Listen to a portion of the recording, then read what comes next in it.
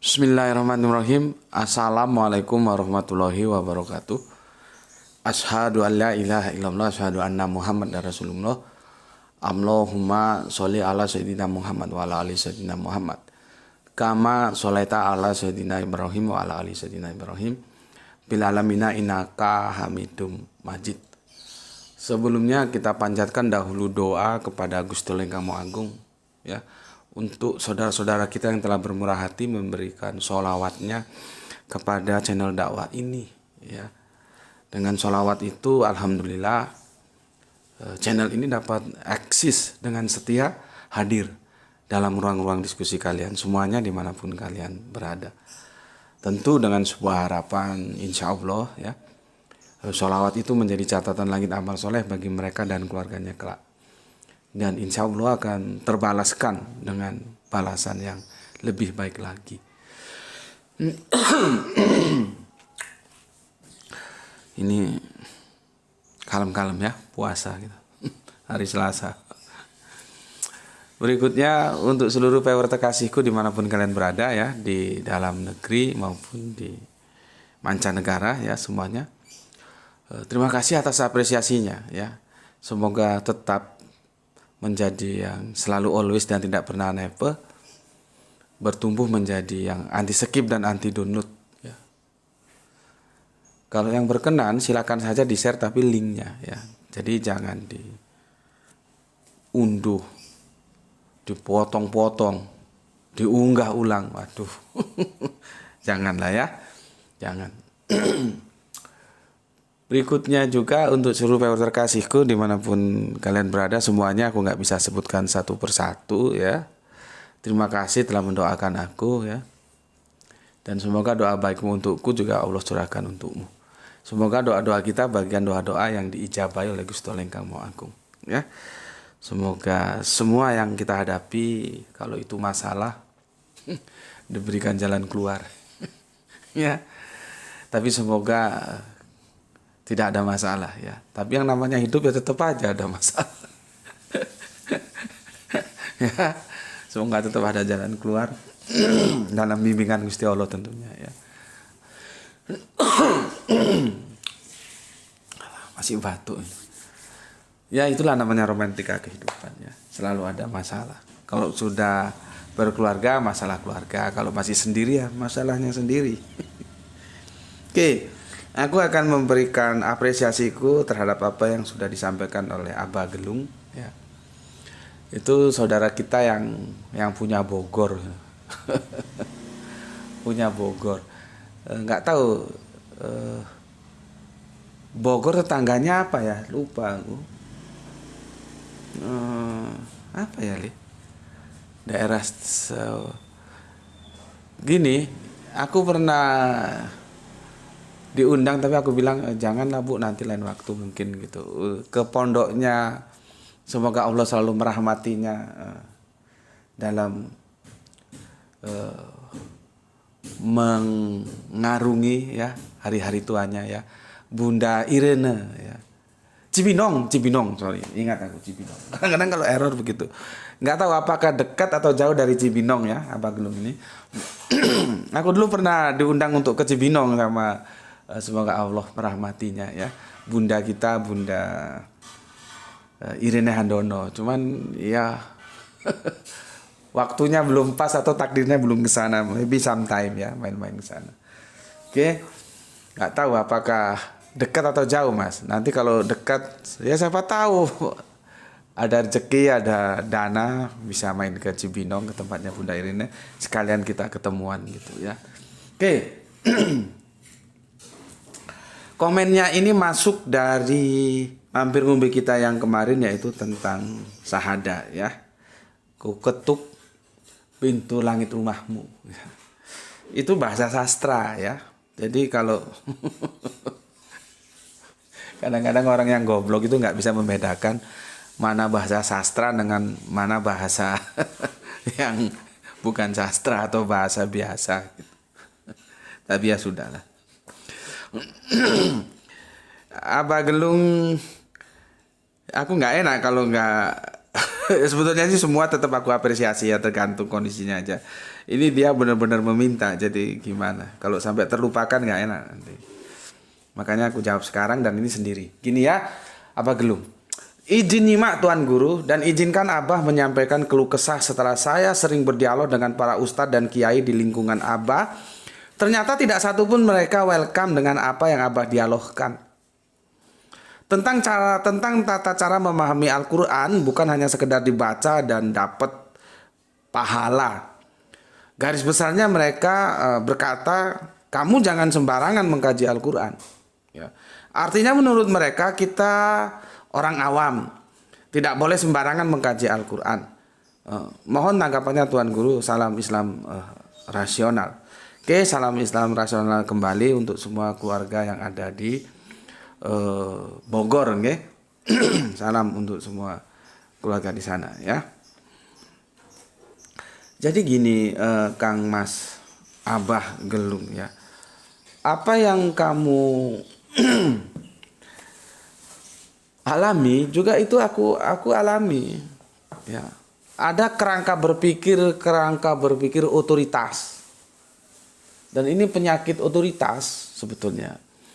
Seolah-olah orang-orang tua-tua kita itu, kiai-kiai, ustadz-ustadz itu hanya mereka yang punya otoritas terhadap Al-Quran. Sehingga ketika ada pihak-pihak lain ya yang coba mengeksplor Al-Quran terus di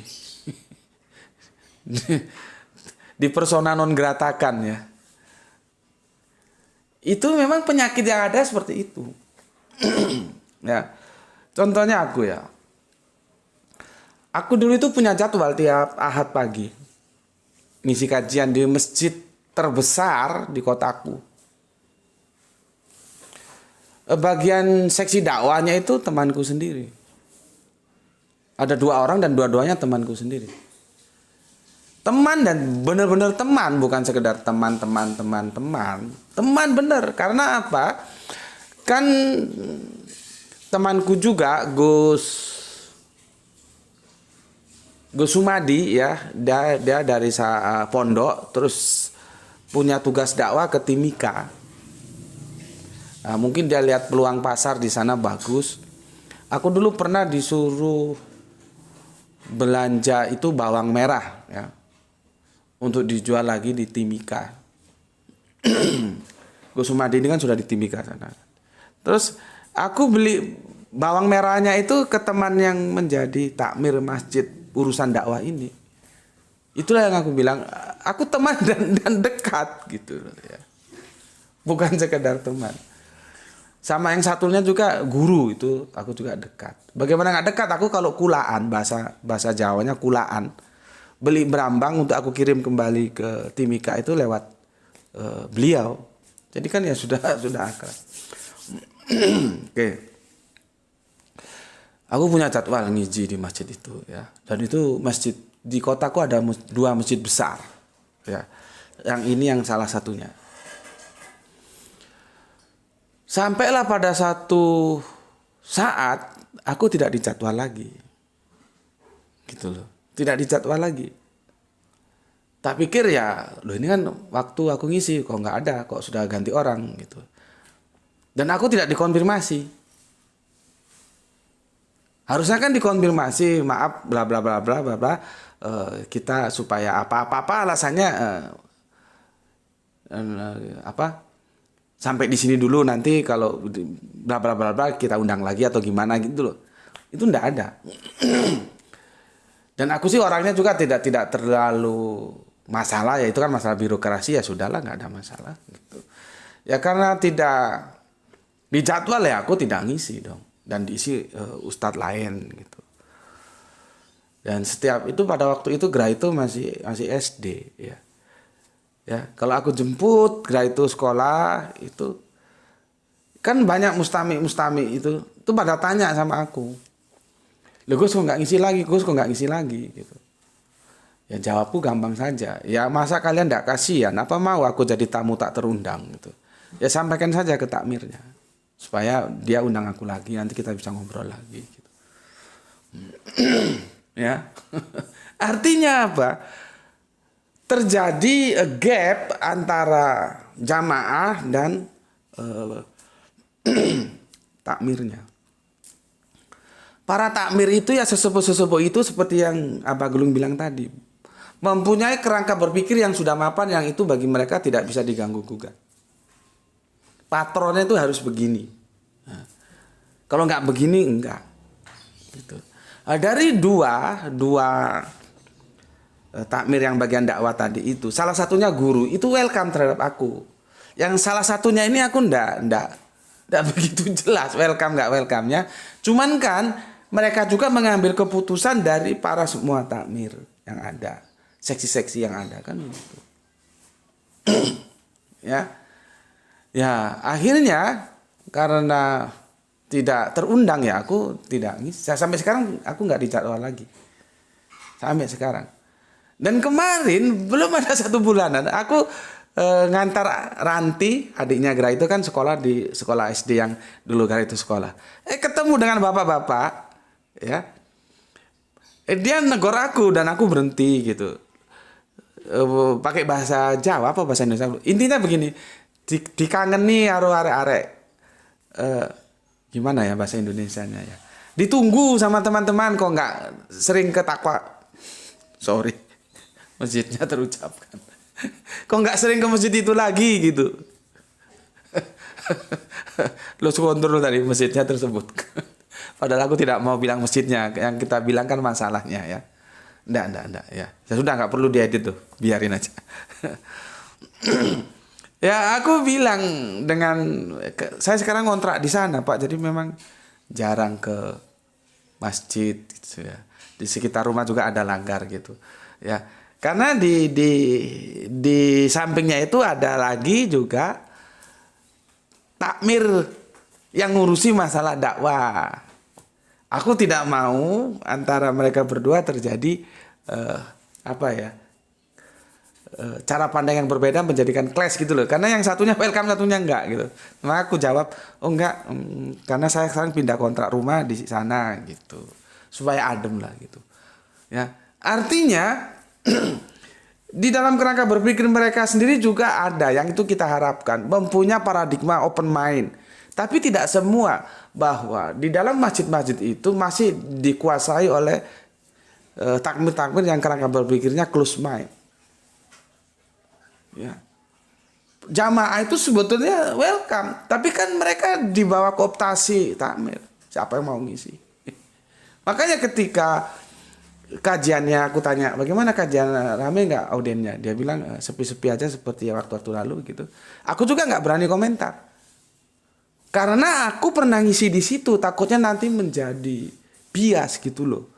Kalau seandainya aku tidak pernah ngisi di masjid itu, aku akan kasih komentar bahwa seharusnya para takmir berpikir ulang, kenapa mustakminya tua-tua dan itu-itu saja, yang muda-muda kemana? Harus tahu seperti apa yang disampaikan oleh sahabat Ali. Era kita dengan era anak-anak kita itu beda. Tempus deliktinya beda. Apalagi sekarang sudah zaman keterbukaan. Kalau kajian hanya membahas yang itu-itu doang, yang 20 tahun lalu sudah kita bahas, diputar lagi, ya jenuh. Bagaimana anak-anak muda mau dengan setia hadir nunggu kajian seperti itu? Akhirnya yang datang yang tua-tua dan itu aja. Tapi aku tidak berani mengatakan itu karena aku dulu bagian dari ustadz yang isi di sini, nanti takutnya ada sesuatu karena nggak diundang ngomong aku enggak, makanya aku diam. Ya. Dan aku nggak tunduk terhadap apa yang biasanya orang pakai ukuran gitu. Oh, ustadz tuh gimana ukurannya? Ya pakai kopiah, pakai apa namanya itu sorban, pakai ya kalau dilihat prejengannya itu sudah ustadz gitu. Aku nggak mau tunduk itu. Aku ya pakai hem, pakai jean, ya pakai kaos, hemnya terbuka nggak dikancingkan, sudah biasa. Dan itu kan berat bagi mereka untuk menerima. Itu baru tampilan luar, belum dalam tampilan pemikiran. Selama ini mereka dengar di masjid salah satu yang paling gampang saja ya, selama ini yang mereka pikirkan dalam masjid, oh Kanjeng Nabi Isa turun lagi. Terus aku ngomong Kanjeng Nabi Isa enggak turun. Gimana? Isra Mi'raj dari Masjidil Haram ke Masjidil Aqsa naik langit ke-7. Oh enggak. Gimana? Terus dia bilang, oh Kanjeng Nabi Muhammad buta huruf. Oh enggak, dia bisa baca, bisa tulis. Benturan, Mas. Perang-perang pemikiran itu terjadi di internal kita juga, bukan hanya eksternal kita. Nah, itu dianggap mengganggu kemapanan berpikir mereka-mereka yang tua-tua itu. Sama ketika aku diundang salah satu masjid terkenal nih di salah satu perumahan. Nah, kalau perumahannya gue sebut nggak apa-apa ya, di Sawu Jajar di Malang. Kalau arek Malang tahu lah, masjid terkenal, menjamaahnya banyak di Sawu Jajar. Aku itu diundang ngisi kajian ba'da subuh. Jadi dari sini sekitar jam 3 itu aku berangkat naik sepeda ya. Supaya nggak telat, kan nggak enak nanti narasumbernya telat. Jadi sebelum subuh aku sudah sampai sana. Aku ngisi kajian, bla bla bla bla bla bla. Yang namanya kristologi, ya pasti kan nyangkut sosok nama yang bernama Yesus. Entah gimana ceritanya, meskipun itu bisa disengaja, bisa tidak disengaja, akhirnya juga berbicara tentang gimana endingnya Yesus itu. Nah, di dalam kekristenan, yang itu juga harus kita hormati, walaupun kita tidak setuju ya harus kita hormati. Tapi kan di antara mayoritas Islam setuju, meskipun nanti ujungnya juga lain, ya, bahwa dalam kerangka berpikir kekristenan itu menjadi dogma kuat mereka yang namanya kedatangan kembali. Jadi nanti Yesus itu di era eskatologi, ya, akhir eskatologi itu akhir kehidupan itulah ya, gampang. Sa'ah, kalau kita sa'ah ya, bukan kiamat, sa'ah. Itu turun lagi, maka disebut kedatangan yang kedua. Saya bilang itu saya tolak. Nggak benar, nggak begitu cara pemahaman kedatangan kedua itu, gitu ya. Jangan dipahami harapnya nanti Yesus turun dari surga apa dari langit, nggak tahu lah ya, datang lagi. Nggak begitu, ya. Nah, kan itu berimplikasi ke Islam, karena mayoritas Islam kan menerima bahwa Kanjeng Nabi Isa nanti turun lagi. Meskipun turunnya untuk apa itu beda, memang ujungnya beda. Yang satu katanya untuk menjemput mereka di surga, karena saat ini Yesus sedang mempersiapkan rumah di tempat Bapakku. Aku mempersiapkan rumah untuk kamu dan aku turun untuk menjemput kamu, kamu yang percaya. Ya, kita hormatilah pemikiran seperti itu. Dan itu sudah aku bantah di kajian utama kita ya, tentang Markus itu bisa nggak dia melihat Allah? Kok dia melihat Allah? Kalau itu harafiah, ya harusnya naik dan turunnya nanti dari langit ke bumi ya juga harus harafiah. Tapi sebaliknya kalau itu metafora ya harus metafora. Kan itu kan metafora. Karena sudah dikunci dalam kitab perjanjian lama, yang melihat Allah itu mesti modar, mesti mampus, mesti mati. Maka itu harus dipahami secara metafora. Kalau naiknya aja metafora, maka turunnya juga metafora. Gitu loh. Nah, ketika aku bahas ini, teman-teman Islam yang mayoritas masih mainstream percaya nanti Kanjeng Nabi Isa turun lagi, yang kata mereka mematahkan salib, nggak tahu bagaimana maksudnya mematahkan salib itu, membunuh babi. kok remeh-temeh. Terus apa lagi? Membunuh Dajjal atau apa gitu? Nggak terima. Akhirnya terjadi dialog bagus. Ya, aku paparkan begini. Itu kajian selesai sekitar jam 7. Apakah setelah jam 7 selesai? Enggak. Kajian formalnya itu ba'da subuh sampai jam 7, setelah itu aku tutup. Setelah itu ada kajian informal, karena aku nggak bisa pulang. Aku dikelilingi, dikerubung oleh para mustami, dan mereka saling tanya, akhirnya berlanjut diskusi informalnya. Dan salah satu mustami bilang sama aku, belum pernah Gus ada kajian seperti ini di sini. Maksudnya yang belum pernah itu animo Mustami. Bayangkan, kajian itu yang tidak resmi itu sampai jam 9 mereka akhirnya. Padahal biasanya menurut si Mustami ini yang berbisik ke aku ya di sampingku, karena kami duduk melingkar gitu. Biasanya jam 7 ditutup ya sudah pulang semua. Pada saat itu tidak, masih dilanjut ngaji bareng. Dan ada salah satu ibu, yang aku juga nggak tahu kok ibu ini kok pemikirannya lumayan cerdas.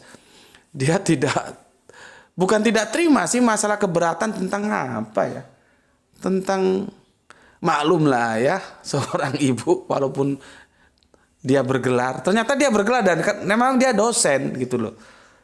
Makanya kok pertanyaan-pertanyaannya kok levelnya begini ya, berkelas lah ya. Dan aku bisa memaklumi ya. Perempuan kan begitu. Kalau ditanya, aku kalau mau isi kajian gitu, Anda taat terhadap Al-Quran? Taat.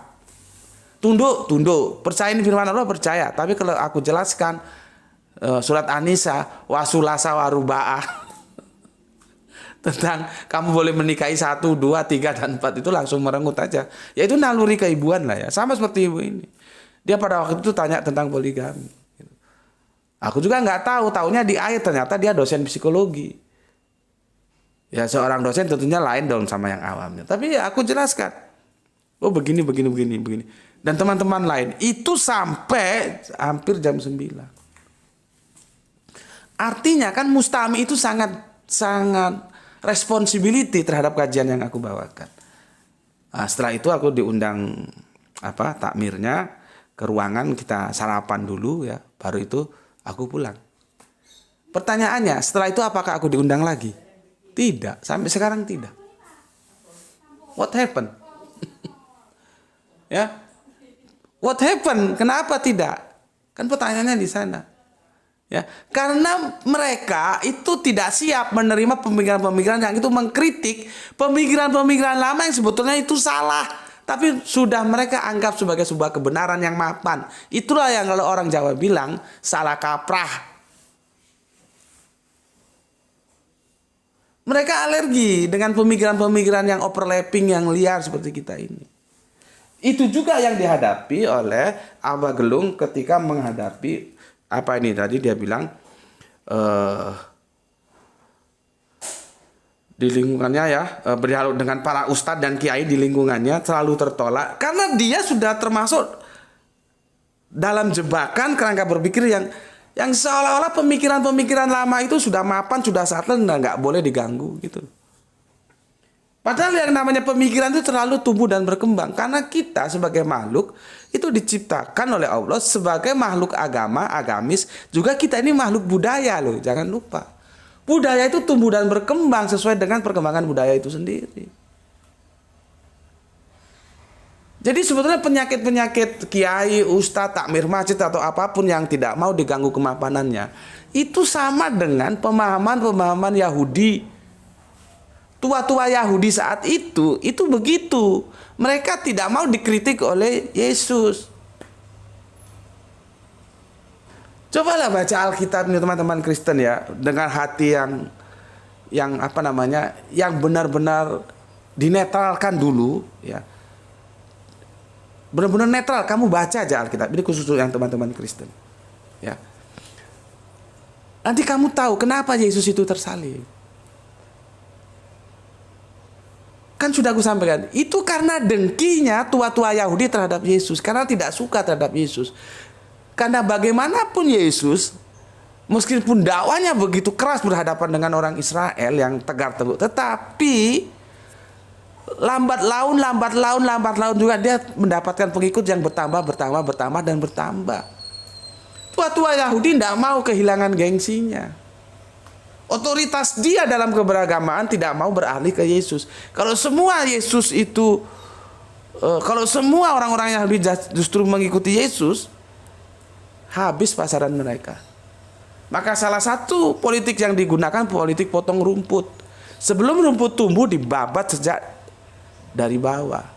Maka menggunakan kekuatan si penjajah. Siapa? Imperium Romawi. Gitu loh. Ya. Jadi bukan untuk menebus dosa. Menebus menebus dosa itu setelah dikapitalisasi oleh Paulus. Dibangunlah sebuah dogma soteriologio salib. Nggak ada itu. Coba teman-teman Kristen baca itu kitabnya. Ya. Sudah jelas kok. Yesus tersalib karena dengki. Ya, perebutan otoritas. Jadi begitu, Gap. Meskipun tidak sama persis, ya.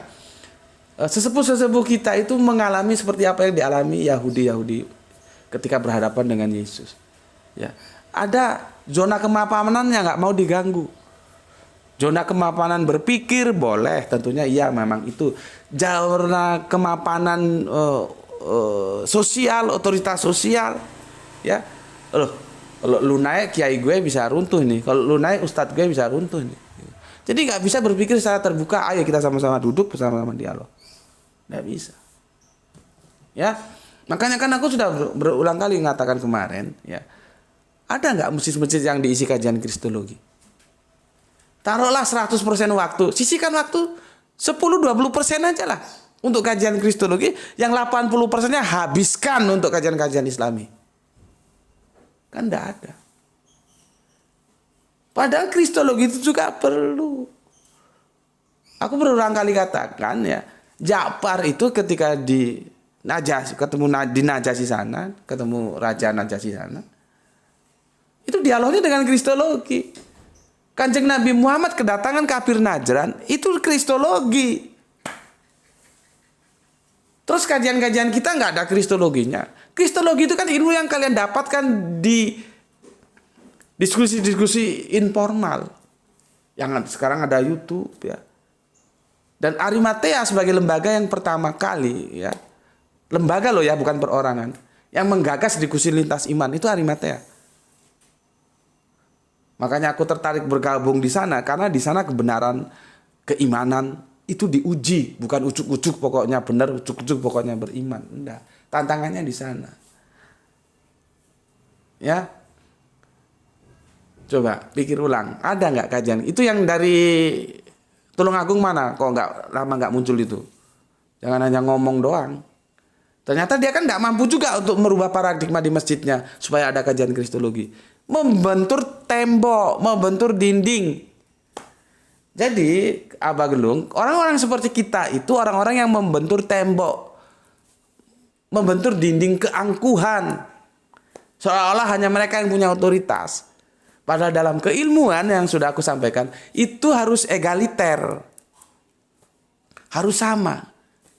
Nggak bisa, oh karena dia tua jadi omongannya yang benar. Karena kita yang muda-muda salah. Nggak bisa begitu. Ya, benar dan salah parameternya Al-Quran dan Al-Hadis. Meskipun muda, kalau omongannya itu sejalan dengan Al-Quran dan Hadis, oke, kita terima. Tapi meskipun kiai, ustadz tua, mufasirin, netek, bengek, kalau nggak sejalan, ya kita tolak. Gitu ya. Oke. Terus apa nih tadi? Berapa lama nih? Oh, belum 1 jam. Ya. Terus begini, tentang cara memahami Al-Quran bukan hanya sekedar dibaca dan dapat pahala. Garis besarnya mereka berkata, kamu jangan sembarangan mengkaji Al-Quran. Artinya menurut mereka, kita orang awam tidak boleh sembarangan mengkaji Al-Quran. Aku komentar yang atas dulu ya, yang tentang pahala. Ya memang nggak tahu ya, itu by design atau natural seperti itu ya. Kita itu kan dibodohkan dengan janji pahala. Kita itu dibunuh oleh pahala loh, kalau kalian sadar. Sehingga kita bukannya mencontoh tapi meniru doang. Contohnya sholawat aja. Bagi kita yang sudah tahu sholawat itu bukan bacaan. Kalau dibaca sekian dapat pahala sekian, baca sekian dapat pahala sekian, baca sekian dapat pahala. Bukan begitu. Bacaan itu adalah tindakan. Kamu ada dalam posisi mendukung atau tidak terhadap perjuangan apa yang diperjuangkan Kanjeng Nabi, yaitu Islam. Di sana. Tapi bagi orang mainstream kan itu menjadi bacaan. Akhirnya menjadi mantra. Menjadi jopo kalau orang Jawa bilang. Montro. Jopo montro. Itu kata majemuk. Japa. mantra. Kenapa? Oh ini baca sholawat segini, nanti kamu begini. Baca sholawat begini, oh pahalanya begini, baca begini. Dan itu dikumandangkan dengan mereka sudah dapat gelar-gelar sosial. Dari mulai yang habib sampai yang kiai sampai yang ustadz tuh begitu. Bagi kita ngaji sini tidak begitu.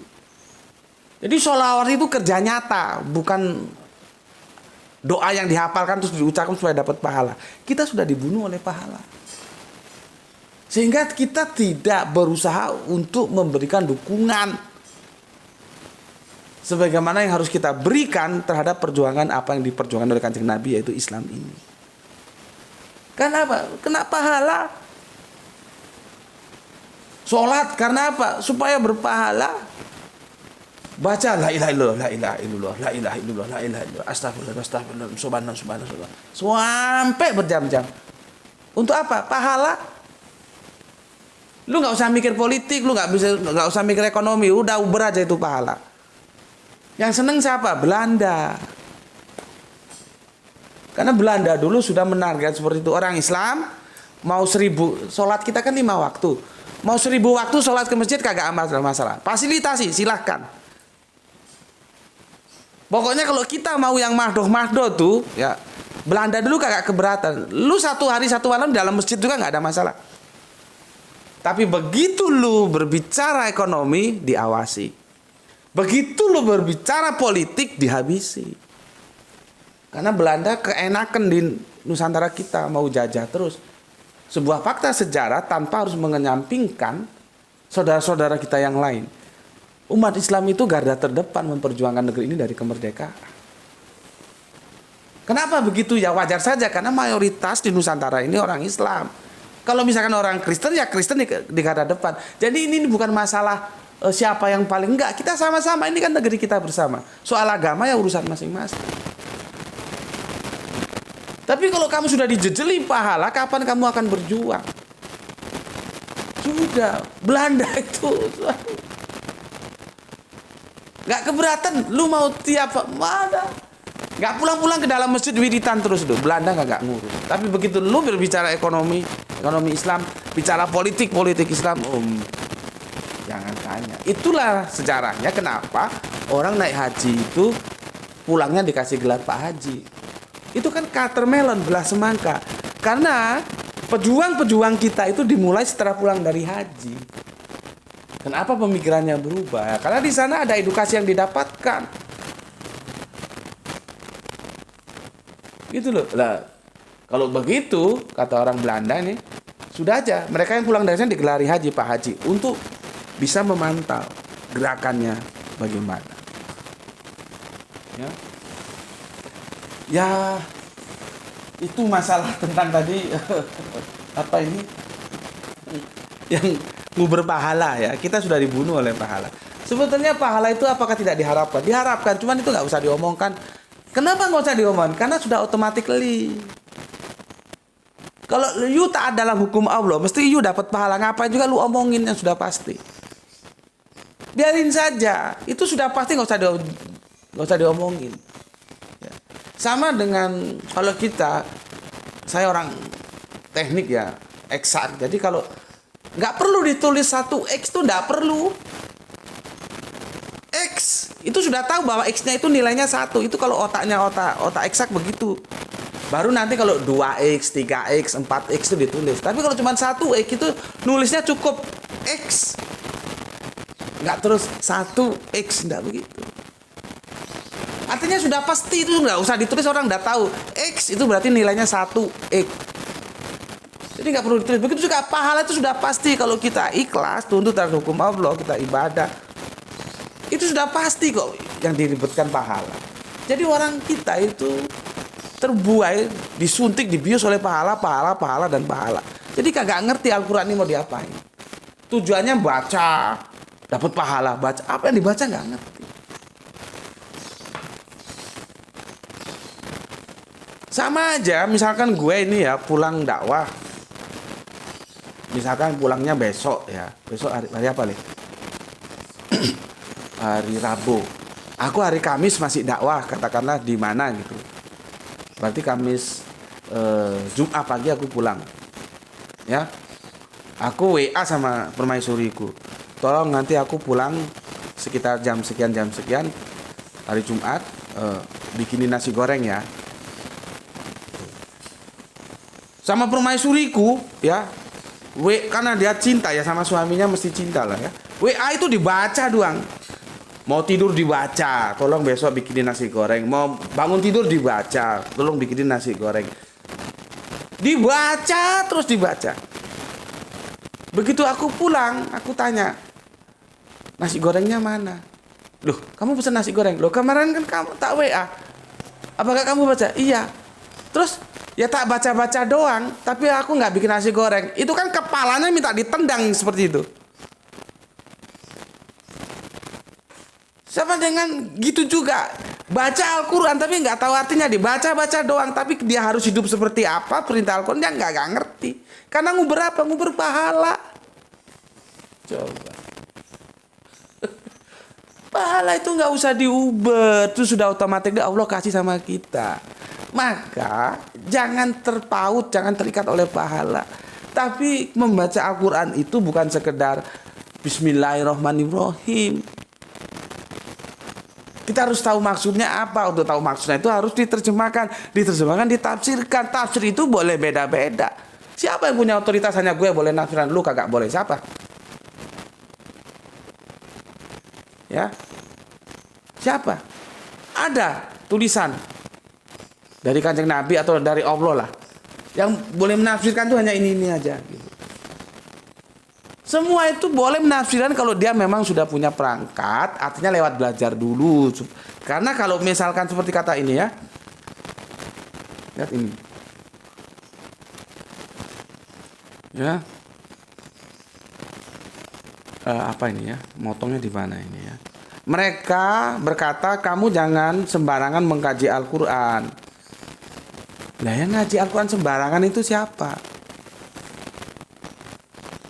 Nggak boleh, memang nggak boleh Al-Quran itu dikaji secara sembarangan. Tapi jangan karena penafsiranmu tentang Al-Quran, penafsiranku tentang Al-Quran berbeda, lalu lu bilang gue sembarangan. Itu yang nggak mau menangnya sendiri dia itu. Memangnya siapa yang mengkaji Al-Quran dengan sembarangan? Intinya kan otoritas Al-Quran itu mau diserahkan ke mereka. Orang lain hanya untuk ngikut aja sama dia. Ya. Jadi, udah berapa lama ya? Jadi begini kesimpulannya Abah Gelung. Kita memang orang yang sedang berhadapan dengan kekuatan yang sudah masuk dalam zona kenyamanan. Mereka diakui secara sosial. Kalau kita siapa? Makanya itu aku ngajak kalian semua teman-teman di sini, sudahlah kita berjuang secara kultural. Kalau secara struktural tidak bisa, kita bukan ketua organisasi yang terkenal, bukan kiai, bukan ulama. Makanya kalau aku nulis itu ya biasanya ya, bukan ulama, cuma ubaru. Nah, itu kan sebetulnya itu langkah kritik tuh. Gus Beti bawahnya kan bukan ulama cuma ubaru. Itu sebenarnya langkah kritik itu. Nah, kita ini bukan siapa-siapa, tapi kita orang yang ingin mengajak seperti yang sudah kita bicarakan di seri berikutnya ya. Rasionalitas itu perintah Al-Qur'an di surat Yunus itu diperintahkan. Buka 10 100 atau 110. Coba buka yang 10 100 dulu deh. Surat Yunus itu berapa? Takutnya kembali. Itu diperintahkan. Lah kalau ngajinya hanya ngikut-ngikut aja kagak tahu gimana. Tapi yang bisanya cuma ngikut-ngikut saja ya sudahlah, karena kemampuan orang beda-beda, enggak ada masalah. Nah, surat 10 100 itu. Ya. Bismillahirrahmanirrahim. Dan tidak seorang pun akan beriman kecuali dengan izin Allah, dan Allah menimpakan azab kepada orang yang tidak menggunakan akalnya. Di sini diterjemahkan yang tidak mengerti. Supaya mengerti, ya gunakan akalmu, ya. Yakilun itu ya. Itu perintahnya. Di sini justru menggunakan diajab. Nah kalau kita suruh ngikut-ngikut aja, gimana? Gitu, ya. Jadi itu Kang Mas Abah Gelung, pesan aku tetaplah berjalan, ya. Tetap berjalan. tentukan sesuatu yang kita jalani itu benar. Artinya ketika kebenaran itu bisa kita pertanggungjawabkan, apapun kata orang itu ya sebuah seni yang harus kita hadapi, gitu aja. Nggak usah terlalu dipikir ribet. Dan karena kita ini bukan siapa-siapa, kita nggak mungkin mampu menempuh ranah struktural. Struktural itu kekuasaan yang berbicara, you harus ngaji begini, you begini. Ini harus lu terima, ini lu tolak. Itu struktural. Kita enggak punya kemampuan di sana. Kita ini orang kecil, ngomong-ngomong kecil aja. Makanya di sini aku ngajak kalian berjuang secara kultural. Kultural itu you mau terima, nggak mau ya nggak apa-apa. Jadi kesadarannya yang kita peroleh, ini begini, ini begini. Kalau ini begini, kalau itu begitu. Kalau tafsir ini begini, tafsir ini begini. Konsekuensinya begini. Sudah. Seperti aku menjelaskan bagaimana. Aku kan berjuang secara kultural supaya kalian itu tidak lagi mengatakan tunjukilah kami kepada jalan yang lurus. Karena itu salah. Yang benar adalah tunjukilah kami supaya kami menapaktilasi jalan orang-orang yang istiqomah. Itu nggak bisa aku lakukan secara struktural.